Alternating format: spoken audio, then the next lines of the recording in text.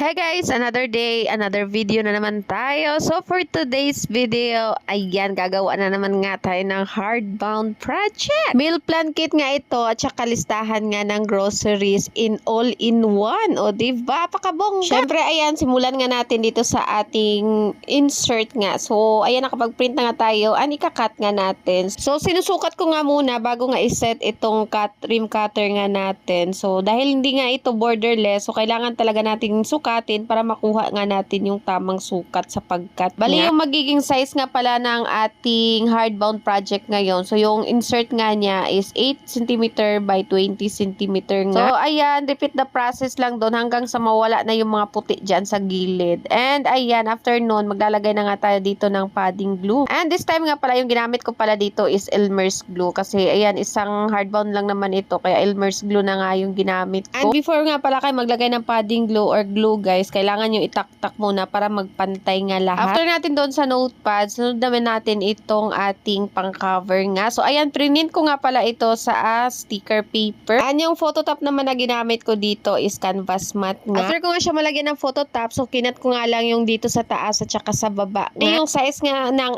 ating cover is 21 by 23 cm. So ayan, nag-cut na din pala ako dito ng chipboard. So yung gamit ko nga na chipboard dito is 2mm nga yung kapal niya. And dahil naka-ready na nga itong chipboard natin, syempre ayan, gagawin na nga natin itong ating meal plan kit. So ayan, ito na nga yung chipboard natin. Yung size is 8.1 cm by 20.1 cm kasi nag-a-allowance nga ako ng 0.1. Yung sa gitna naman is 1.2 cm. Depende lang din kung gaano kakapal nga yung notepad insert nyo nga. And ayan, ginamit ko na nga itong bago nating ruler. O diba, apakabongga. Kaya nga pala kinat ko yung puti kanina para hindi na tayo mag-angat-angat para mahanap yung shadow kung saan tayo maglalapat. O diba, pakabongga ng roller natin. So yung notepad nga gagawin natin is 100 pages lahat. Bali 50 pages sa groceries and 50 pages naman sa meal plan nga. So ayan, tulad ng mga gawa nating hardbound notepad. So same lang pa rin. Ayan, ganyan pa rin yung proseso niya. So after natin malagay, syempre ayan, ikakat na nga natin dito yung sa gilid nga, yung apat dyan na gilid. Gamit pa rin itong roller nga natin. Ganda nga ng bago nating hardbound tool or hardbound roller natin kasi 7-in-1 na nga ito. And after natin makat yung sa gilid, ayan, sundan nyo lang yung pinagagawa ko. So alam